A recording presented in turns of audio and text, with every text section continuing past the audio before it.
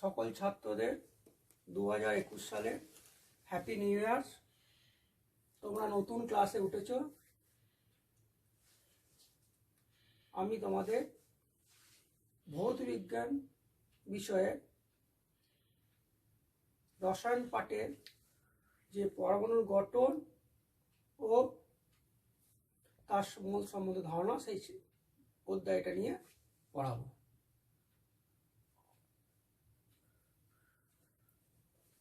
তাহলে পরমাণুর গঠন।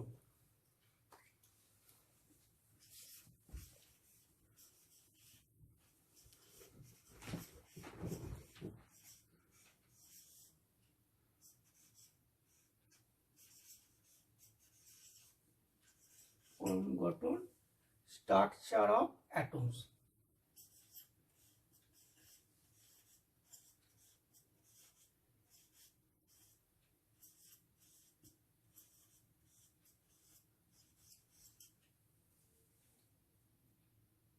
এই অধ্যায়ে আমরা পরমাণু সম্বন্ধে প্রথমে ধারণা দেব।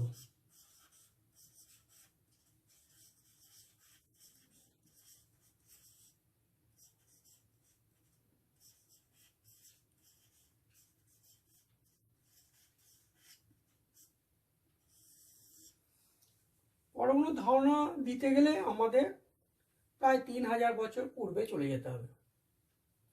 3000 বছর পূর্বে ভারতীয় এবং গ্রিক দার্শনিকরা ধারণা করেন যে প্রত্যেকটি পদার্থ অতি ক্ষুদ্র অবিভাজ্য কণার সমন্বয়ে গঠিত। কি ধারণা করেন না, প্রত্যেকটা পদার্থ যে যা আছে এই মহাবিশ্বের যে কোনো পদার্থ আছে সেই পদার্থগুলো অতি ক্ষুদ্র অবিভাজ্য কণা দ্বারা গঠিত। পঞ্চম শতাব্দীতে ডেমোক্রেটাস, গ্রিক পণ্ডিত ডেমোক্রিটাস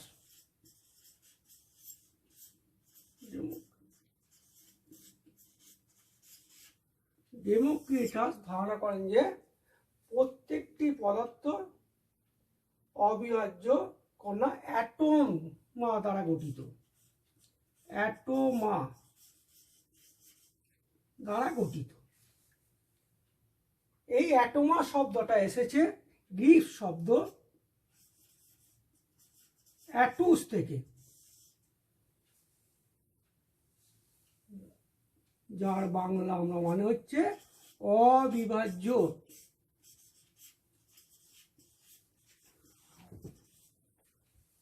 এরপর আমাদের যে ভারতীয় দার্শনিক সে কণাদ বললেন যে প্রত্যেকটি পদার্থ অতি ক্ষুদ্র কণা পরমাণু দ্বারা গঠিত।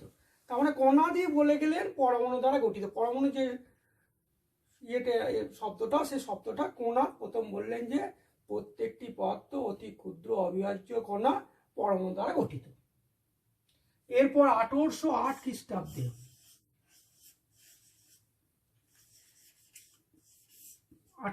খ্রিস্টাব্দে ব্রিটিশ বিজ্ঞানী জন ডাল্টন সর্বপ্রথম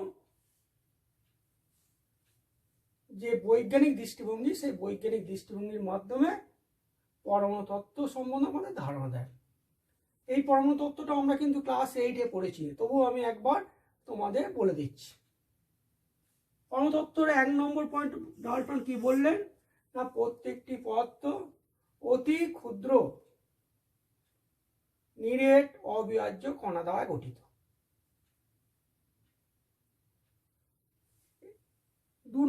এই যে অবিভাজ্য কণা, এই অবিভাজ্য কণাকে উনি বললেন যে পরমাণু। 2 নম্বর পয়েন্ট উনি কি বললেন যে এই পরমাণুকে কোনো রাসায়নিক বিক্রিয়ার দ্বারা সৃষ্টি বা ধ্বংস করা যায় না। তার মানে পরমাণু হচ্ছে অবিনশ্বর, একে ধ্বংস করা যায় না, সৃষ্টি করা যায় না। 3 নম্বর পয়েন্ট উনি বললেন যে একই মৌলিক পদার্থের পরমাণুগুলির ভর এবং ধর্ম অভিন্ন। একই মৌলিক পদার্থে আমরা যদি উদাহরণ দিই কি বলবো না, আমি যদি এই ধরো তোমাদের এই বর্ধমান থেকে যদি হাইড্রোজেন গ্যাস সংগ্রহ করি, সে হাইড্রোজেন গ্যাসের একটা পরমাণুর যা ভর হবে এবং তার যা রাসায়নিক ধর্ম হবে, আমি যদি কাটোয়া থেকে একটা হাইড্রোজেন পরমাণু সংগ্রহ করি সেখানেও দেখা যাবে যে সেই হাইড্রোজেন পরমাণুর ভর এবং রাসায়নিক ধর্ম সেম হবে, কখনোই আলাদা হবে না। যে এখানে হাইড্রোজেন পরমাণুটা অক্সিজেনের সঙ্গে বিক্রিয়া করে জল উৎপন্ন করছে, আর কাটোয়ার হাইড্রোজেন পরমাণুটা অক্সিজেনের সঙ্গে বিক্রিয়া করে অ্যাসিড তৈরি করছে, এটা কিন্তু নয়। উভয় ক্ষেত্রে কিন্তু জল উৎপন্ন করছে। 4 নম্বর পয়েন্ট কি না, যদি আলাদা আলাদা মৌলিক পদার্থ। 4 নম্বর পয়েন্ট হচ্ছে যে উনি বললেন যে যদি আমরা আলাদা পরমাণুর ভর, তার মানে বিভিন্ন পরমাণুর ভর এবং রাসায়নিক ধর্ম বিভিন্ন। খুব সোজা কথায়, কপার পরমাণুর একটা যা ভর বা রাসায়নিক ধর্ম হবে, অক্সিজেনে একটা পরমাণু ভর বা রাসায়নিক ধর্ম আলাদা হবে। 5 নম্বর বললেন যে প্রত্যেকটা পরমাণু যখন রাসায়নিক বিক্রিয়ায় অংশগ্রহণ করে যে যৌগিক পদার্থ উৎপন্ন করে, তারা কি করে না, তারা পরস্পর সরল অনুপাতে যুক্ত হয়। যখন রাসায়নিক বিক্রিয়ায় অংশ করবে কখনোই যেহেতু পরমাণুকে ভাঙা যায় না বা সৃষ্টি করা যায় না, অতএব সরল অনুপাতে যুক্ত হবে। উদাহরণ দিই, দুটো হাইড্রোজেন পরমাণু, একটা হাইড্রোজেন পরমাণু এবং যদি আমি দেখি অক্সিজেন পরমাণু পরস্পর যুক্ত হয়ে জলের অণু গঠন করে, তাই জলের অণু, এখানে অক্সিজেন এবং হাইড্রোজেন পরমাণু অনুপাত কত, 2:1। আমার ডাল্টন বলে গেলেন যে পরমাণুকে সৃষ্টি করা যায় না, ধ্বংস করা যায় না, বা একে ভাঙা যায় না। পরবর্তীকালে ক্যাথোড রশ্মি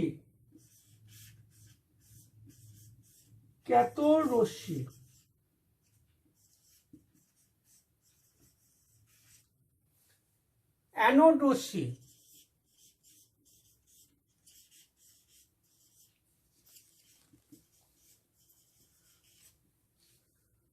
এক্স রশ্মি এবং তেজস্ক্রিয়তা, এই নতুন নতুন আবিষ্কারের ফলে বিজ্ঞানীরা বললেন, নতুন নতুন পদার্থ আবিষ্কারের ফলে জানা গেল যে পরমাণুকে ভাঙা যায়। পরমাণু হচ্ছে 3টে মূল কণা দ্বারা গঠিত, ইলেকট্রন, প্রোটন এবং নিউট্রন। এই ইলেকট্রন, প্রোটন, নিউট্রন এর দিকে বলা হচ্ছে পরমাণু উপাদান কণিকা।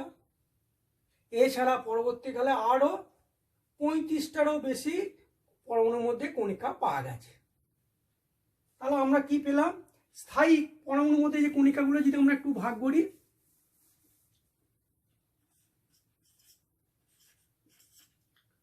স্থায়ী কণিকা তাহলে কি কি হলো, স্থায়ী কণিকা কি কি হলো, ইলেকট্রন,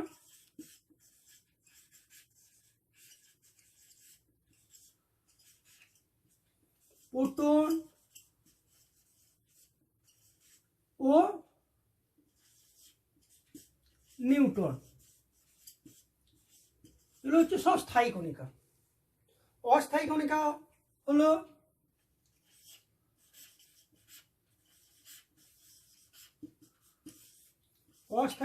হলো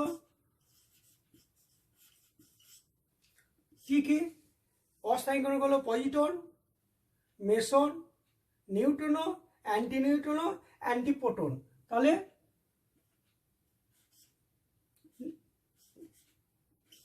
পজিট্রন,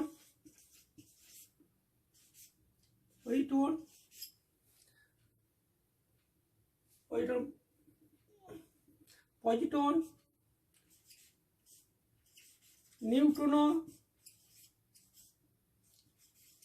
মেসন। এই মেসন কথা কিন্তু আমরা পরে বারবার শুনবো, দেখবে। অ্যান্টি নিউট্রিনো,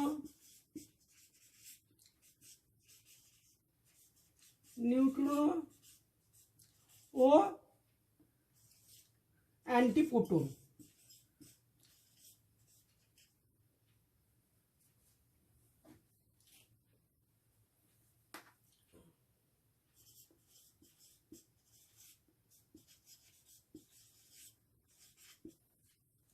এছাড়া সংমিশ্র কণা আছে।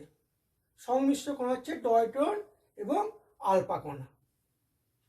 এই যে কণাগুলি পেলাম, এই কণাগুলির মধ্যে ইলেকট্রন, প্রোটন এবং নিউট্রন এই তিনটি কণার বিভিন্ন রকম বিন্যাসের ফলে এই যে আমরা এত মৌলিক পদার্থ পাচ্ছি, এই মৌলিক পদার্থগুলো সৃষ্টি হয়েছে। তাই এই কণিকাগুলোকে বলা হয় প্রাথমিক কণিকা বা মূল কণিকা। তাহলে বুঝতে পারছো এখানে একে কেন মূল কণিকা বা প্রাথমিক কণিকা বলে? না, এই তিনটে কণিকার বিভিন্ন রকম বিন্যাস আমরা যখন আবার উঁচু ক্লাসে পড়বো দেখবো যে এদের এক একটা বিন্যাসের ফলে এক একটা বা সংখ্যার ফলে এক একটা মৌলিক পদার্থ সৃষ্টি হয়েছে। তাই এর দিকে বলা হচ্ছে মূল কণিকা বা প্রাথমিক কণিকা। তাহলে ইলেকট্রন, প্রোটন, নিউট্রন এর দিকে মূল কণিকা বা প্রাথমিক কণিকা বলে তোমরা বলতে পারবে। নেক্সট হচ্ছে আমরা এবার পড়বো কিভাবে ইলেকট্রন আবিষ্কার হলো।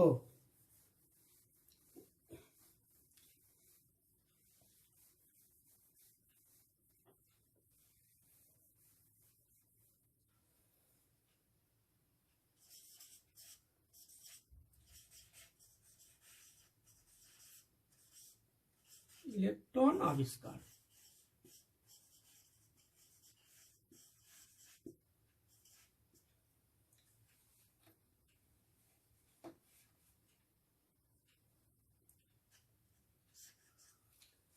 কত সালে? না, 1878 খ্রিস্টাব্দে বিজ্ঞানী উইলিয়াম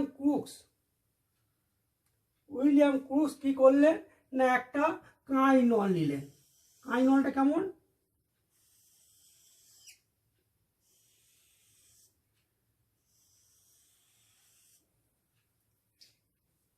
উইলিয়াম ক্রুক্স দুই প্রান্তে দুটি ধাতব তড়িৎদ্বার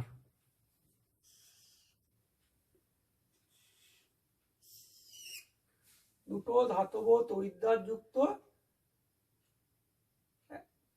একটা কাঁইনল নিলেন, যে কাঁইনলের মধ্যে খুব কম চাপে, এই কাঁইনলটা হচ্ছে এইখানে একটা বায়ু নিষ্কাশন যন্ত্র আছে,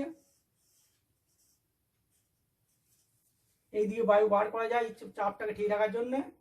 এই যে কাঁইনলটা, এই কাঁইনলের মধ্যে দুটো ধাতব তড়িৎদ্বার নিয়েছে, এইটা হচ্ছে ক্যাথোড, এইটা হচ্ছে অ্যানোড। এর মধ্যে যে সামান্য বায়ু রাখা হয়েছে, সে বায়ুর চাপটা খুব কম, 0.01 ME পারস্তম্ভের সমান চাপ। তার কত কম চাপ বুঝতে পারছো? এই চাপে বায়ু রাখেছে। এরপর এই মধ্যে উচ্চ বিভব যুক্ত সমপ্রবাহ, মাথায় রাখতে হবে, ডিসি তড়িৎ প্রবাহ পাঠাতে হবে, ডিসি তড়িৎ প্রবাহ পাঠালেন উনি। এই যে টোটাল সিস্টেমটাকে, এইটাকে বলা হচ্ছে মোক্ষম নল বা ডিসচার্জ টিউব। তাহলে এইটাকে কি বলা হচ্ছে? না, মোক্ষম নল। এই গোটা ব্যাপারটাকে বলা হচ্ছে মোক্ষম নল। এবার কি দেখলেন? না, পাঠালেন। তাহলে আমরা একবার বলছি টোটাল ব্যাপারটা, যে দুটি ধাতব তড়িৎদ্বার যুক্ত আবদ্ধ কাঁইনলের মধ্যে 0.01 mm পারস্তম্ভের সমান বায়ুচাপে বায়ু রেখে তার মধ্যে উচ্চ বিভবযুক্ত ডিসি তড়িৎ প্রবাহ পাঠালিতে হবে না, এবার পর্যবেক্ষণ করতে হবে। উনি দেখলেন যে ক্যাথোড থেকে, এই ক্যাথোড থেকে এক প্রকার রশ্মি সরলরেখায় নির্গত হচ্ছে। তোমার আঁকাটা ঠিক হচ্ছে না, স্কেল দিয়ে আঁকলে ঠিক হবে। সরলরেখা, ছবিতে দেখে নেবে বইতে, সরলরেখায় নির্গত হচ্ছে অসংখ্য রশ্মি দিয়ে। ক্যাথোডের যে বিপরীত দিকে কাঁইনলের দেয়ালে একটা সবুজ রঙের প্রতিভবা সৃষ্টি হচ্ছে, অসংখ্য রশ্মি যাচ্ছে, তারপরে প্রতিভবা সৃষ্টি হচ্ছে। এই রশ্মিটাকে উনি নাম দিলেন ক্যাথোড রশ্মি।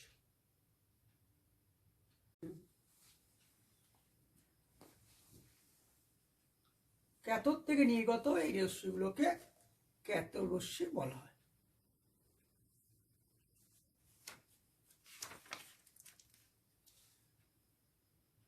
বিজ্ঞানী থমসন, জে থমসন ক্যাথোড রশ্মি নিয়ে বিভিন্ন পরীক্ষা করে এই রশ্মির প্রকৃতি নির্ণয় করেন। এই পরীক্ষা থেকে কতগুলি সিদ্ধান্তে উনি আসেন। যেমন ক্যাথোড রশ্মির গতিপথে রাখা পাকাযুক্ত হালকা চাকার ওপর ক্যাথোড রশ্মিটা যদি আপাতিত হয় তাহলে ওই পাকাটা ঘোরে। এই বিয়োগ পাত্রটা যদি উচ্চ করি তাহলে কি দেখবো না, পাকার গতিবেগটাও বেড়ে যাচ্ছে, কমালে পাকার গতিবেগও কমে যাচ্ছে। এইখান থেকে উনি সিদ্ধান্ত আসেন যে ক্যাথোড রশ্মি ভরবেগ যুক্ত অতি ক্ষুদ্র কণার সমন্বয়ে গঠিত। ক্যাথোড রশ্মি হচ্ছে ভরবেগ যুক্ত, ভরবেগ যুক্ত, ভরবেগ যুক্ত, ভরবেগ যুক্ত অতি ক্ষুদ্র কণার সমন্বয়ে গঠিত। তড়িৎ ক্ষেত্রের ভেতর দিয়ে ক্যাথোড রশ্মি চালনা করলে, কোন একটা তড়িৎ ক্ষেত্র আছে, সেই তড়িৎ ক্ষেত্রের ভেতর দিয়ে যদি ক্যাথোড রশ্মি চালনা করা হয় তাহলে ধনাত্মক প্লেটের দিকে বিক্ষিপ্ত হবে, মানে ধনাত্মক প্লেটের দিকে আকর্ষিত হবে। ক্যাথোড রশ্মি তড়িৎ ক্ষেত্রে ধনাত্মক প্লেটের দিকে বিক্ষিপ্ত হবে। ক্যাথোড থেকে, ক্যাথোড দেখো বিকর্ষণ হচ্ছে, ক্যাথোড দিক থেকে সরে আসছে। আর চৌম্বক ক্ষেত্রের উপর রাখলে চৌম্বক ক্ষেত্রের যে উত্তর মেরু, সেই উত্তর মেরুর দিকে বিক্ষিপ্ত হবে। আবার ধনাত্মক আধানযুক্ত ইলেকট্রোস্কোপ যন্ত্রের মধ্যে সংস্পর্শে যদি আনি, এই রশ্মিটির আধান শূন্য হয়ে যাবে। ক্যাথোড রশ্মি এইসব ধর্ম পর্যালোচনা করে বিজ্ঞানী থমসন এই সিদ্ধান্ত আসেন যে ক্যাথোড রশ্মি হচ্ছে অতি ক্ষুদ্র ক্ষুদ্র ঋণাত্মক আধানবাহী ভরযুক্ত কণার সমন্বয়ে গঠিত। তাহলে ক্যাথোড রশ্মি কি না, অতি ক্ষুদ্র ক্ষুদ্র ঋণাত্মক আধানবাহী, মনে রাখবে ঋণাত্মক আধানবাহী ভরযুক্ত কণার সমন্বয়ে গঠিত। তিনি এই কণাটার নাম দিলেন নেগেটন। নেগেটন।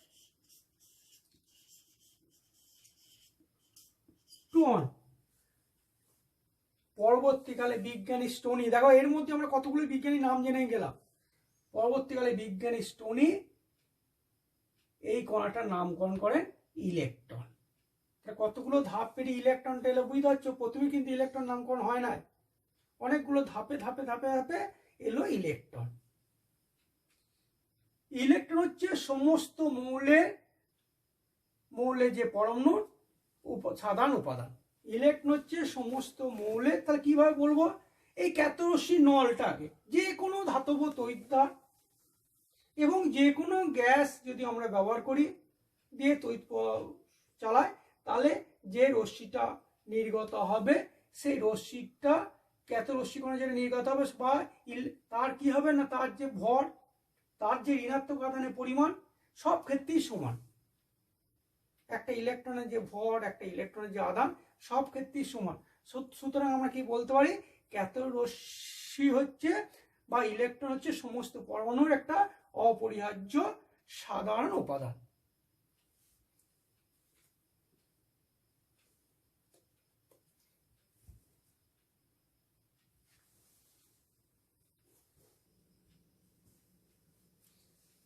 এবার আমরা যাবো পজিটিভ রশ্মি। পজিটিভ রশ্মি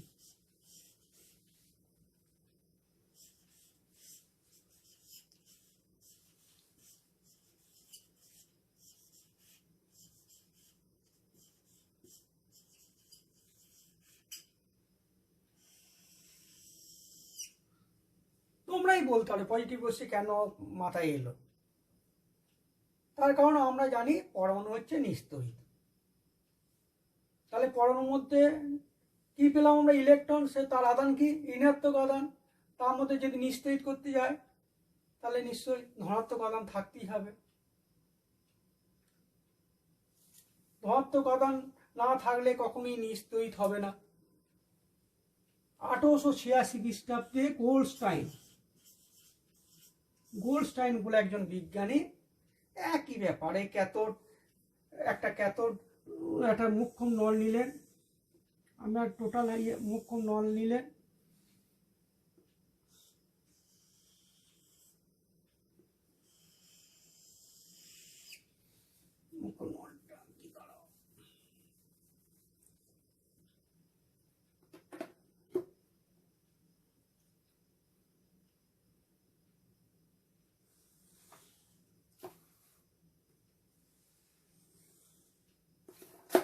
মোক্ষম নল নিলেন,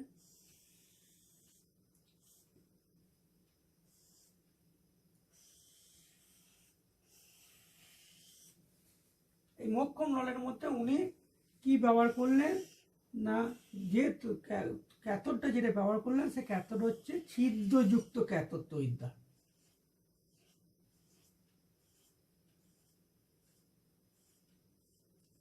ছিদ্রযুক্ত ক্যাথোড তৈরি ব্যবহার করলেন। খুব কম চাপে বায়ুর মধ্যে, এসব যন্ত্রগুলো তো সব কিন্তু বায়ু নিষ্কাশন যন্ত্র লাগানো থাকে, যাতে বায়ুটাকে ইচ্ছে মতো ঢোকানো যায়, ইচ্ছে মতো বার করা যায়। এটা হচ্ছে অ্যানোড,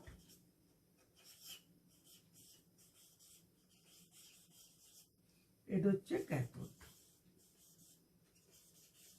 খুব কম চাপে ক্যাথোড, ছিদ্রযুক্ত ক্যাথোড ব্যবহার করে এই হালকা কোনো বায়ু রেখে তার মধ্যে সমপ্রবাহ চালনা করলেন।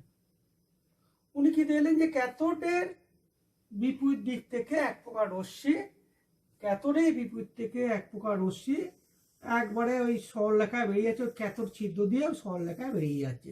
ক্যাথোড থেকে ঠিক একইভাবে ক্যাথোড রশ্মি বেরোবে, সরলরেখায় বেরিয়ে যাচ্ছে। এই রশ্মির প্রকৃতি দেখে এই রশ্মির নাম দিলেন পজিটিভ রশ্মি। সেটা পরবর্তীকালে প্রমাণ হলো যে এটাই প্রোটন। নেক্সট হচ্ছে নিউটন। নিউটন আবিষ্কার। নিউটন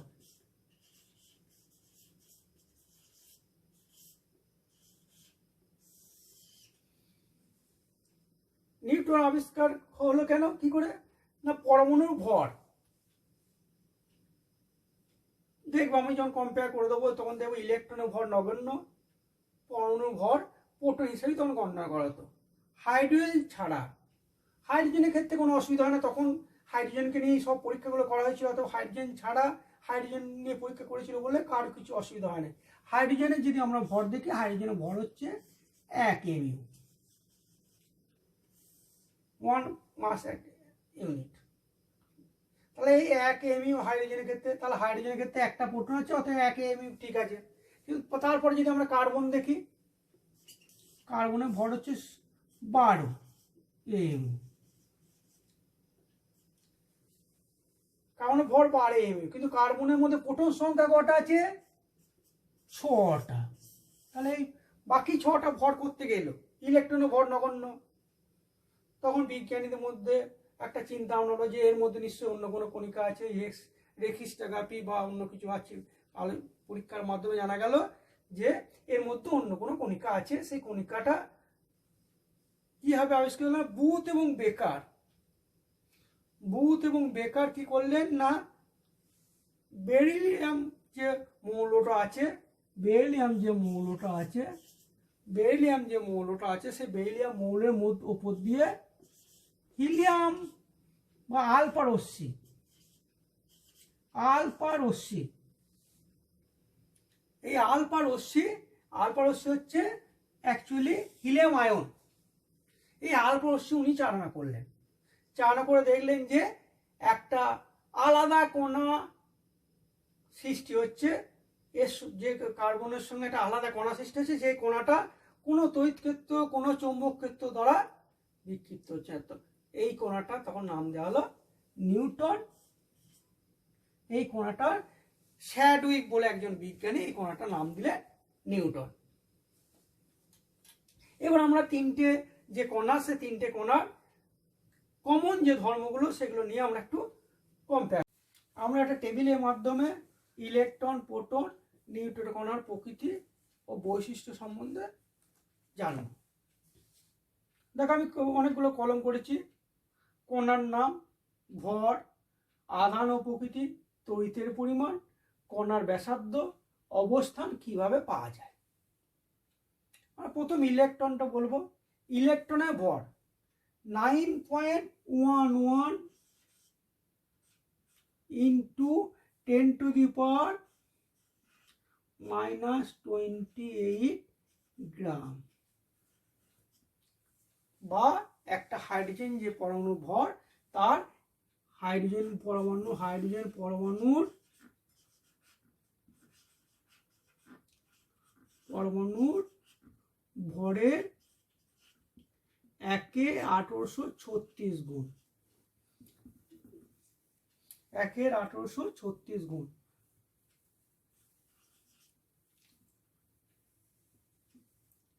একে 1836 গুণ, খুব নগণ্য।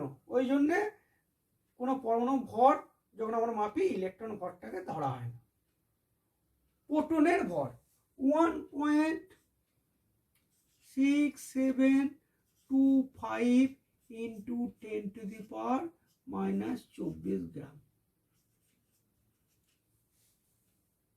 নিউটনের ভর, নিউটন তুলনামূলকভাবে ওদের থেকে একটু বেশি, 1.675 ইন্টু 10⁻⁻24 গ্রাম। আধানের প্রকৃতি, আধানের প্রকৃতি ইলেকট্রন কণা কিসের স্রোত? ঋণাত্মক কণার স্রোত, তাহলে ঋণাত্মক।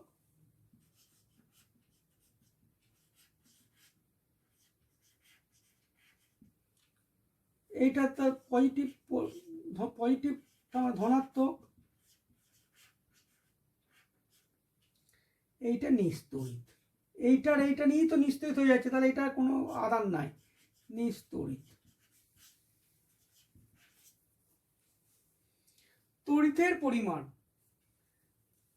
ইলেকট্রনের যে তড়িতের পরিমাণ প্রোটনের তড়িতের পরিমাণ সমান, কিন্তু অপোজিট। এর হচ্ছে -1.6 ইন্টু 10⁻⁻8, সরি 10⁻⁻19 কুলম্ব বা 4.8 ইন্টু 10⁻⁻8 ESU। এটা মাইনাস, কিন্তু তাহলে 4.8 ইন্টু 10, একই চার্জ 1.6, এটা মাইনাসটা খালি হবে না, 10⁻⁻19 কুলম্ব বা 4.8 ইন্টু 10⁻⁻8 ESU। এর কোনো আধান নেই, অতএব নীল। কণার ব্যাসার্ধ খুব কম, 2.5 ইন্টু 10⁻⁻13 সেন্টিমিটার, 2.5। এইখানে একটু মুছে দিচ্ছি, একটু দেখে নাও ভালো করে, দিয়ে মুছে দিচ্ছি।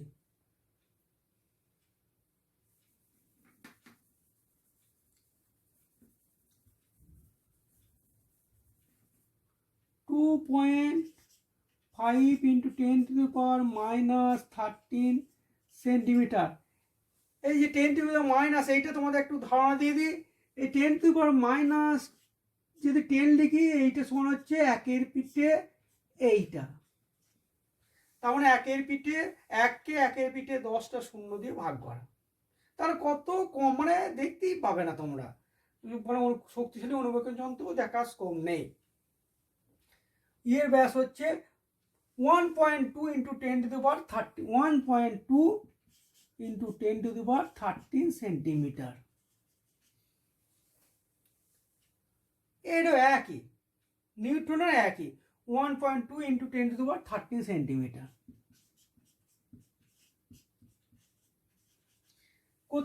অবস্থান কি? ইলেকট্রন হচ্ছে বাইরে কক্ষপথে আবর্তন করে, নিউক্লিয়াসকে ঘিরে, পরে আমরা জানবো নিউক্লিয়াসকে ঘিরে বাইরে কক্ষপথে পরমাণু কেন্দ্রের বাইরে অবস্থান করে। আর এই দুটো পরমাণু কেন্দ্রে বা নিউক্লিয়াসে আবার মিডিল অবস্থান করে। কিভাবে পাওয়া যায়? আমরা তো দেখলাম, এইটা আমি বলছি না, এইটা পাওয়া যায় ক্যাথোড রশ্মি থেকে, এইটা পাওয়া যায় হাইড্রোজেনের পজিটিভ রশ্মি থেকে, হাইড্রোজেনের মধ্যে চালনা করে পজিটিভ রশ্মি দ্বারা, আর এইটা পাওয়া যায় বেরিলিয়াম, প্রথম যেটা পাওয়া গিয়েছিল বেরিলিয়াম পরমাণুকে আলফা কণা দ্বারা আঘাত করে। তাহলে আমরা এই ছকটা কিন্তু মনে রাখলে, আমাদের এই মাঝে মাঝে পড়ে পরীক্ষায়, খুব এমসিকিউতে পড়ে যে ইলেকট্রনের ভর কত, ইলেকট্রনের আধানের প্রকৃতি কি, ইলেকট্রনের তড়িতের পরিমাণ কত, প্রোটনের তড়িতের পরিমাণ কত, ইলেকট্রনের ভর হাইড্রোজেন ভরের কত গুণ। এগুলো কিন্তু ছোট ছোট প্রশ্ন পড়ে। আমি একবারে শেষের দিকে সমস্ত একদিন আলোচনা করে নেবো। এই পর্যন্ত আজকে থাকলো, তোমরা এইটা টোটাল ভালো করে তৈরি করে নেবে। তারপরের দিন থেকে আমি আবার পরের পার্টটা শুরু করব।